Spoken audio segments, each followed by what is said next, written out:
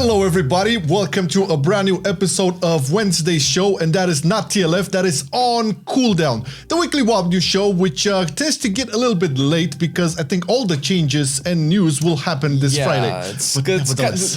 It's a weird section because you know, they kind of always, you know, happen right after we post these videos, but nonetheless we do have a couple of things that we want to talk about on a more broader topic, not just like the specific number changes, because we've had balances and stuff like that all the time, but we do have a pretty big one this week, man, which actually got me excited at the very least. It goes hand in hand with the, you know, the Mythic Plus to Legion thing. Yeah, man, I mean, people are always excited about Transmogs, and you know, there's a lot of speculation to be done here, so let's just go into it, right? Okay. It's the tier sets, the tier sets 20, from Legion, which actually it's probably statistically the most popular tier set ever made, because it's the tier 20 were remodeled tier 6 a lot of them from were the TBC days, and they look cool. I think like the even judging by like the guides we did and stuff like that, we always look to transmogs and gear sets from Legion, and a lot of people are rocking those because they are super good. Yeah, they did a good job. Now let's look. What do we have there? What do we have? So we have Mage here, and it's the Mythic / Gladiator version because it has the extra pizzazz thingy, and it's a recolored one. And I mean, obviously it looks cool, and it kind of looks Arcanian. Yeah, I would go for arcade. This was actually pretty cool because the original sets, I think the PvP one was reddish, if I recall. Yeah, it was red. Yeah, that was very fiery.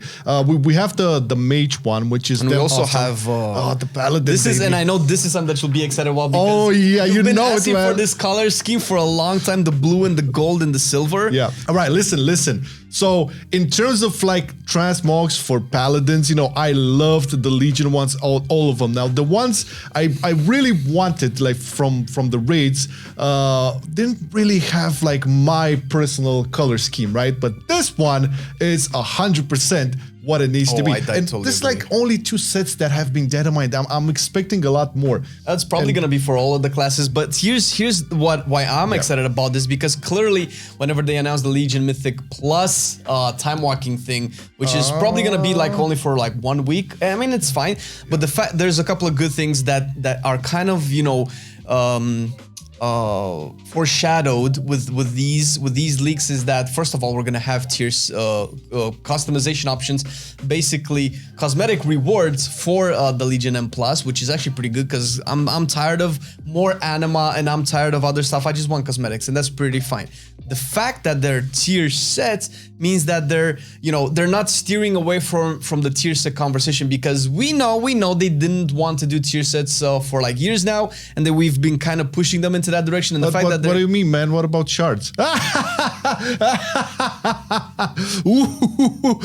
right. Back to you, man. I know what you're saying, man. That's the thing, because we can speculate on this for sure. The thing is, well, this is my thought process. Like, if they had no intention of putting tier sets back, then putting tier sets in a different way is like, I mean, it's gonna start the conversation. Yeah, so, but this is just cosmetics. There's nothing, you know, mechanically added to them, right?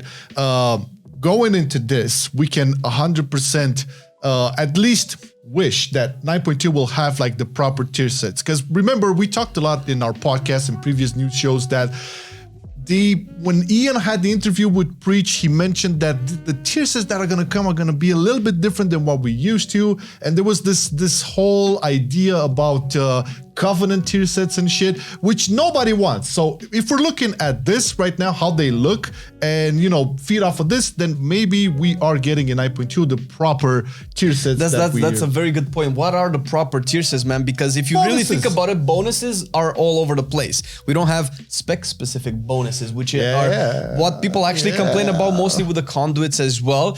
And there's also the cosmetics part, because I think people are tired right now with like the plate set, the leather set, right? Like, give me the warrior, give me the paladin, give me the DK, right? So just get over this. I mean, that was initially, I think, one of the biggest arguments against putting tier sets back, is that they essentially cannot really comprehend a different, like, what, 13 more different design sets for each class. Like, how many paladin sets are gonna have until you're like, okay, this is just weird now. I cannot. I know that argument, and a lot of people made that for the art team. On the other side, I do believe that creativity is unlimited, basically. And if you have creative people, they'll always come up with something cool. Now you gotta remember, during the lifespan of WoW, we didn't always have cool looking tier sets and cool bonuses and stuff. That's fine. You know, some win, some lose. It's all good. Hoping for a really nice mail set though for hunters, you know, that would be really cool. But all right, so super good, super nice to see. Now let's move along to even more positive news. Unexpected, but we did mention a lot of this in our videos, like the Blizzard now we have communicating. even more to show. The bosses are speaking, boys. So there've been a couple of back and forth conversations with the devs, and Ian and of course Mike Ybarra have replied basically. And right now I think we're talking about let's see what Ian has to say. We should have been clear with the wording, and this is something that I want to touch on. Yeah. The rationale, I think this is in regards to the ripcord being pulled. Yeah. The rationale wasn't because lore, but rather that because the storylines have now converged, the difference in week-to-week experience based on Covenant is much smaller, and the balance now tips in favor of flexibility. Lore and world fantasy are extremely important, and it's ideal if they align with gameplay, but if story considerations alone are ever dictating frustrating mechanics, that's a conflict that we need to resolve in favor of gameplay. Well, yeah, we'll get to that. And of course, replying alone is the keyword above. There's more to the faction divide than just narrative. There's no quick solution here, but especially when it comes to equal access to endgame systems like M+ and raiding, that barrier is a major issue that we know we need to address. That was in regards to people asking on cross faction playing. And stuff. Yeah, it's okay. That's a little bit of a more controversial topic. But my problem is with the first two tweets, where essentially Ian is trying to argue the ripcord being pulled, because initially the way that he formulated the idea is like, okay, you can pretty much pass anything of, oh, I didn't say it right? So when you formulated initially the idea is like the ripcord cannot be pulled without completely fucking up the systems and the core mechanics of Shadowlands. Yeah. That doesn't sound like there's a lore issue, or like there's a story issue where it doesn't make sense. No, that's just they knew that they could, and obviously everybody is up in arms about this. They knew that they could do it for a long time. They just kind of told us that they couldn't, just so that we probably would shut up. And clearly they could, and they could do it up at the drop of a hat. So that's very suspicious. But it's good that they're doing it, and it's good that the argument is like, when it becomes an issue to gameplay, we need to sacrifice that in favor of gameplay. I mean, yeah, really? Arguments are now, we all know Ian is like, the biggest lawyer there is in that company, so he has the words with him. No charisma though. I would just underline here that the fact that he's back on Twitter and replying to a lot of this stuff is actually pretty good. And since all of these 9.1 changes have been announced, right? A lot of people went onto Mike Ybarra's Twitter and congratulated him because he came around. Yeah, they thought he might have had something to do with it. And I mean, listen.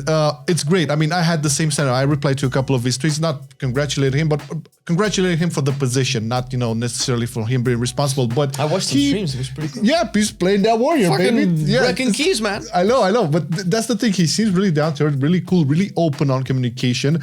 And he replied, based on a lot of people just flooding his Twitter, congratulating and thanking him for the good changes in WoW. But he's, I really like his reply. Well, what did he say? Basically, he said that Ian and the team own WoW, not me, rather. Right. And to further clarify, it's fine to tag folks, and I love community feedback. I just don't want people thinking I make decisions. Ian is amazing, and he's reading community stuff all the time. He decides on WoW with his team. I'm only input, just like all of you.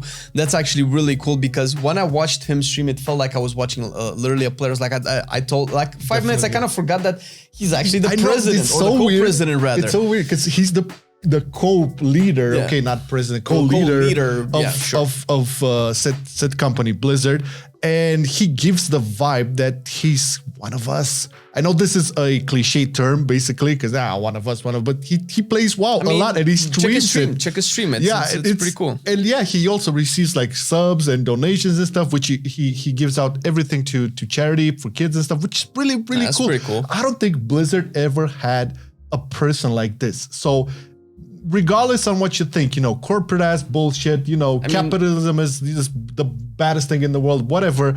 The dude seems legit gaming. And well, whether or not that's the thing, right? Because if you really think about it, wow, this is actually a good choice for Blizzard. He was probably chosen strategically for this specific part. PR or not, I really hope he's also qualified because we haven't really seen a lot from him yet. Yeah. He seems like the person that we want there, but is the person that we need there. That's the thing, and we'll probably have to look into this in the next couple of months. Oh, for sure. I'm glad that at the very least, obviously he's in a management position. So he's playing the game, he's in a management position. Inadvertently, he would have some good input at one point. I'll add this, right? He did say that, his input, just like us, but I would bet a lot of money that his input would weigh a bit in that meeting with everybody. Like, hey, Ian, you know about that target, that AoE cap, man? Let's take that AoE cap. Because you know what? I wonder if he had inputs on that. He said it on stream. When he was doing a key, he was like, man, I hate this AoE cap. I wish they would just remove it. He said it. It's like, and a couple of weeks later, no more AoE cap. So he was bladestorming 8 targets. I'm like, it's all good. But let's just move along. Still a couple of goodies. So yeah, the 9.1.5 patch will have you be able to fly when you're dead. I mean, that's kind of good because kind of really good quality of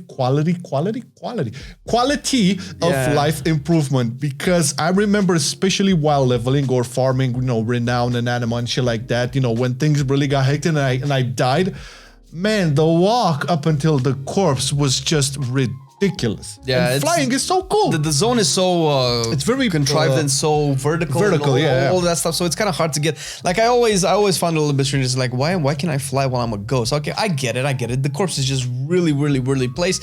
You cannot do it in the Maw, but I mean you don't really ever be a ghost in the Maw. So yeah. I tell you what, I would like it for it to work in the Maw too. I want to get my Stygia easier. Yeah. But the thing is, right, that in the Maw, you cannot fly, right? So I'm thinking, because we can now fly in all of, Bastion and, Raven Dread. Yeah, you cannot die in a position where you could only access by flying. Yeah, it would be weird. You're like, you cannot fly while you're living, but if you're dead in the mob, go ahead. Everybody would just kill themselves and just fly all over the place. But it's all good, right? It's all good. And once again, we're expecting a lot more news to come tomorrow after this video is already out, but that's fine. We're going to do a news flash.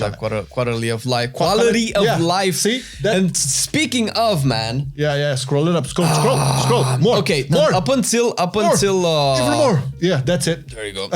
Up until we're gonna get the no conduit energy in 7.9.1.5. I don't know why I keep saying that. We're gonna have we're gonna have conduit energy restore just 10 times faster. Yeah. That's all of it, like 10 per day, which is I mean it's weird. Why wouldn't they just take it out? But I guess maybe this is just this is 9.1.5. Yeah, I think you know what? I think this change actually was something prepped a long time ago just to have it there. But since they wanted to announce it like big time in 9.5, because I do believe this looks like something they had just in case. They could have added this one in, I don't know, after the preach interview, for example, because I strongly believe this is like a couple of lines of code and that's it. It's not complicated to do, adding the 10 energy. And I think if they would have done that previously, a lot of people would have been a little bit more, I would say, eased up about it. I mean, it's still weird because the same problem isn't necessarily fixed. I mean, maybe because whoever, like the people who are not affected by conduit energy, doesn't even matter if this exists. Yeah, of course. And the people who actually use it might actually use it 10. But what if you use it 12 times? Like, just get what is 10 per day and not having it at all ananymore, right? I know. So I guess it's fine. Maybe it's some easing way. Maybe I personally think they didn't plan on this. Maybe they did plan on just getting rid of it. And I think that 9.1.5, goddammit, is so far away that they said, okay, just have this until then. We'll get things ready. Just use this until then. I mean, nobody asked for this, and I don't think anybody will have a problem with it. It's just faster. It's on the live servers, by the way. So this is now. This is live. If you want to, if you're playing a druid and you play all the specs, it's gonna be some good shit. So yeah, it's live with all the conduit empowerments and all that good stuff. And speaking essentially of things that will be announced as well, we couldn't get into all of the topics. There've been announced like some balances in terms of conduits, the first round stuff like that. Updates. Yeah, it's just a lot of little tweaks and turns here and there. Like some of them are a little bit bigger, but it's just a bunch of conduits being buffed. Like I think pretty much everything that we've seen has been buffed, but there's probably gonna be something like that every week. So it's a little bit too much to get into everything. But the main idea to take away from this is that you're probably gonna get buffed next. I would like to mention for all my rogue boys out there, you know, Sepsis from Night Phase getting a interesting and pretty heavy buff. We're gonna talk about that more exclusively when we get the rogue boys in, probably in a new podcast or something. And I think there's also a change to the Shadow Priest talent, the Psychic Link talent, which was newly added in Shadowlands, but was kind of a little bit underwhelming. I think it's getting from 60% Mind Blast damage to 70% boost, so that could be good in like cleave situations. We'll see exactly how that actually translates into combat, because we need to have it simmed, and until then we can only speculate. I know that Necrolord Hunters are kind of getting slightly excited because the Death Chakram is being buffed. Again, that kind of needs a little bit of a practical test, because Resonating Arrow is just way too good. Way too good. I think this just being the first round of updates, you know, and then slight tuning to conduits and soulbind stuff, you know, because remember, guys, they announced that a lot more legendary talents and then soulbinds and conduits tuning are going to come in 9.1.5. So this is being the first round, not really worth talking about too much, but once we get a lot more information and changes, we're definitely going to cover. Yeah, legendaries for sure, and more talent changes, definitely. And more. And more. That reminds us of some new guides. But guys, this was for this week, like since last Wednesday up until this month. Yeah, it was good. And if things happen tomorrow or on Friday and we get new shit announced and tested and available on the PTR, you know we're gonna be up all in that. Now, please let us know what you think about this new format. Right now we have like 3 cameras around, you know, setting up, you know, the news desk and stuff. And you know, if we're gonna have something prepped up, it's not finished yet. Okay, it's not finished, we're still in the works with it, but you gotta let us know what you think. And also let us know what you think in the comments about everything that happened. You know, the communication from Blizzard, you know, the bosses speaking up, the new Transmogs coming in from Legion. And good things are looking well for WoW in the future. Hope the trend continues.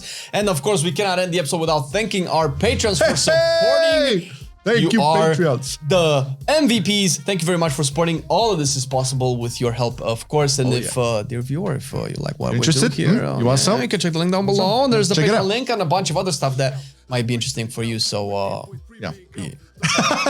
Thank you for watching the video, and we'll see you very soon. If not tomorrow with the news flash, then definitely on Friday with the TLFs. Bye-bye! Bye. I've been loving it then, I still love it now. Still, I play WoW. Still, I play WoW. Getting better every day, let me show you how. Cause still, I play WoW. Still, I play WoW. It's getting harder to stay, but at the end of the day, it's a guilty pleasure, so just log in and play. Whether it's classical retail, I'ma do a /bow. Still, I play WoW.